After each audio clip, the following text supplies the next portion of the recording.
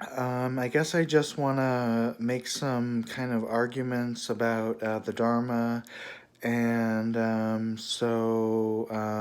was just kind of walking around earlier, and then I found myself in Nirvikalpa Samadhi, and I just could have stayed there for hours and hours if I really wanted to.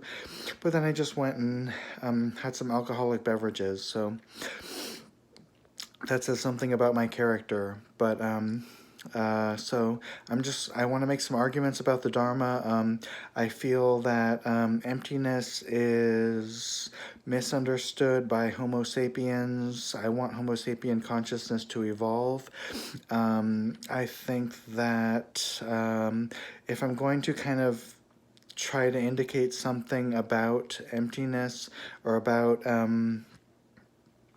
I guess about I think I'll talk about the grasping at true existence. Um, like for instance, like I've had these ideas, like I like a certain anime show and I want to watch that anime show, but then when I go and think about watching the anime show, I don't want to watch it. So it's like one moment I'll have this desire for watching a TV show, and then I won't have that later on. And I think it's funny how people, um, I guess, have these these problems with just being peaceful and calm. I think it's hard for people to talk about things like love because, and love in the sense of Jiddu Krishnamurti, I mean, because it has to do with something which it's taboo to talk about.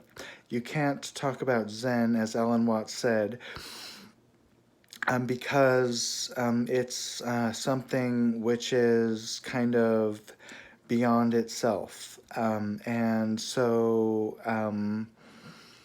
Uh, I guess you have to enact the Zen instead of talking about it in order to do it properly.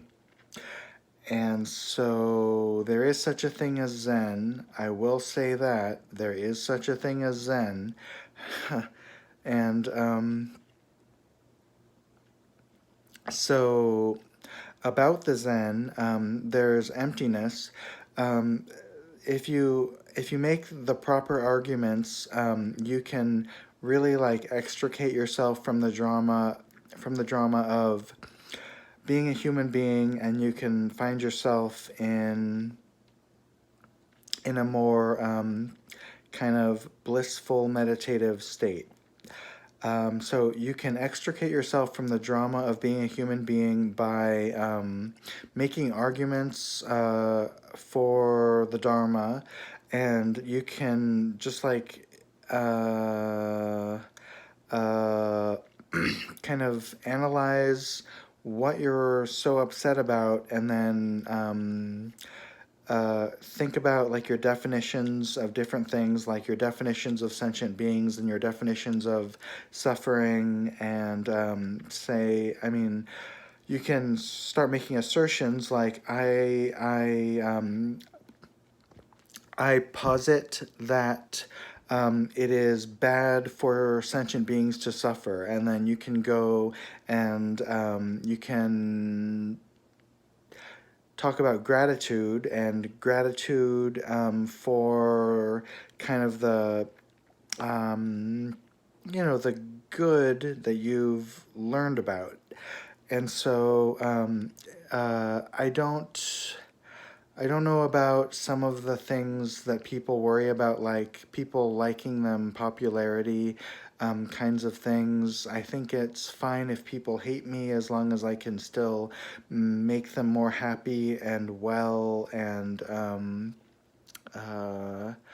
so I think I don't care about anything that's not having to do with benefiting um, everyone And so I want everyone to be happy and free of suffering. And I honestly don't care if people hate me or cause me to suffer greatly, as long as I am trying my best to, I mean, honestly trying my best, not honestly, but honestly trying my best to cause everyone to be free of suffering.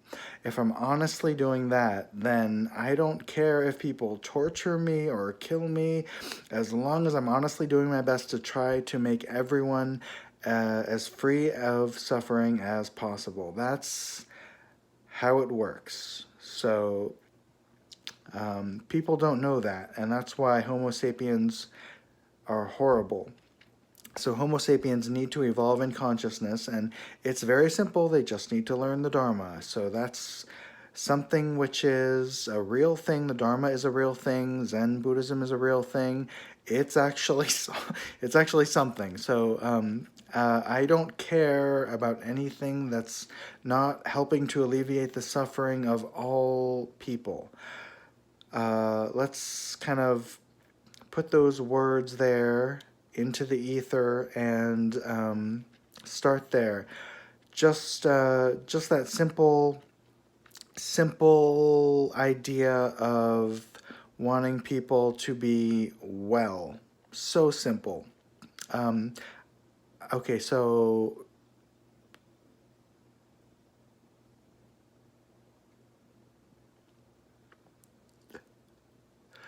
yeah, it's not about like doing things, it's about not doing things.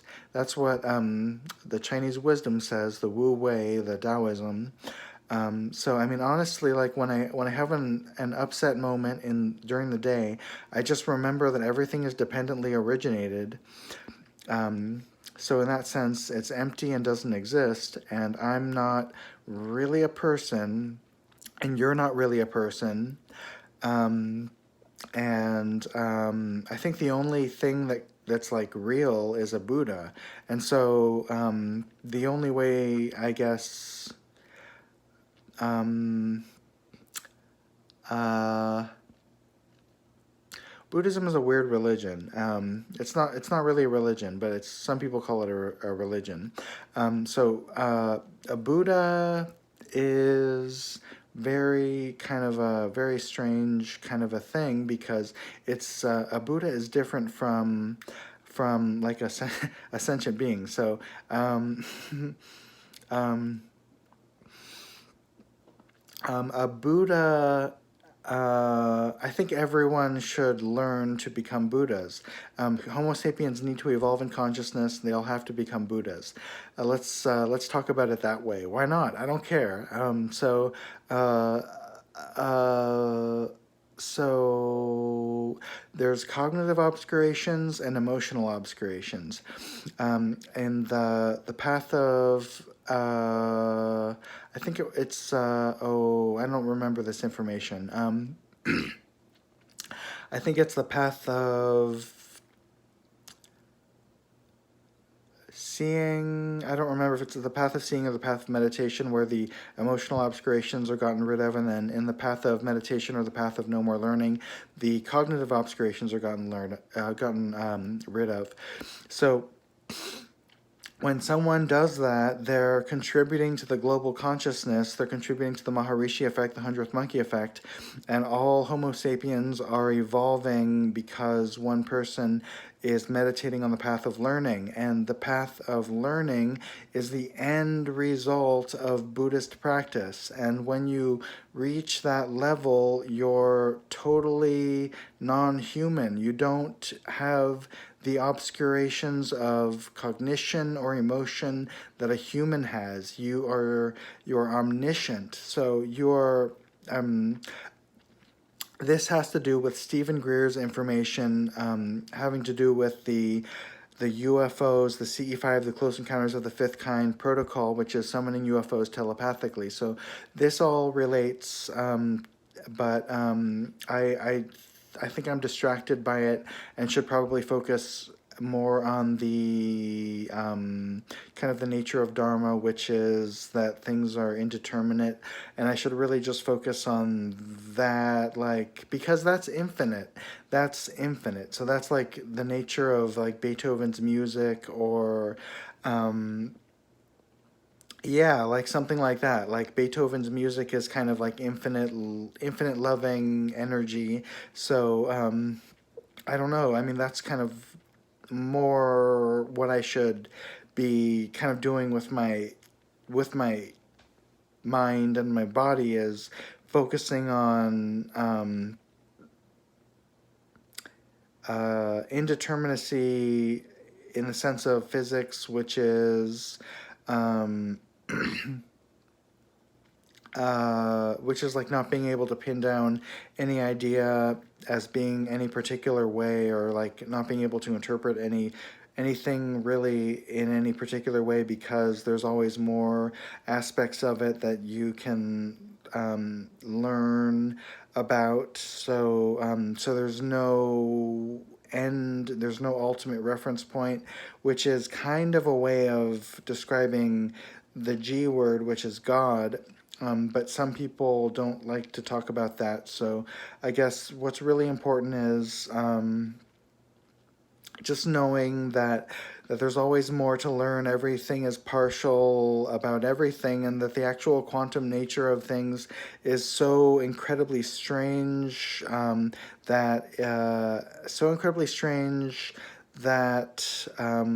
we don't know very much about it. And I guess the actual quantum nature of the universe is such that I think if people do investigate it and learn about it, they will kind of want to focus more on loving kindness and compassion towards everyone, and try to end suffering in different ways having to do with environmentalism, and legalizing psychedelics, and everyone becoming Buddhists. I don't know. I don't know.